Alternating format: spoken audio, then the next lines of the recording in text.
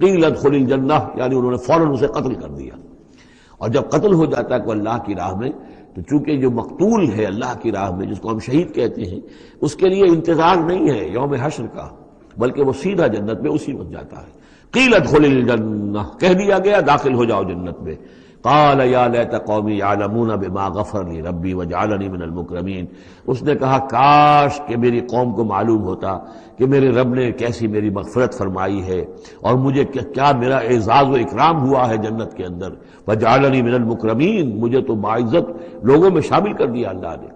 تو چنانچہ اس کا تو نقشہ آپ خود جو ہے اس کو ویژولائز کیجئے کہ جو بھی وہ شخص تھا، اس کی کوئی بیوی ہوگی وہ رو رہی ہوگی، اس کے بچے ہوں گے وہ رو رہے ہوں گے، اس کے ماں باپ اگر تھے تو وہ جو ہے ان کو غشی طاری ہو رہی ہوگی کہ ہمارا بیٹا جو ہے اس طرح ہلاک کر دیا گیا۔ لیکن اب جو یہ غیب کا پردہ ہمارے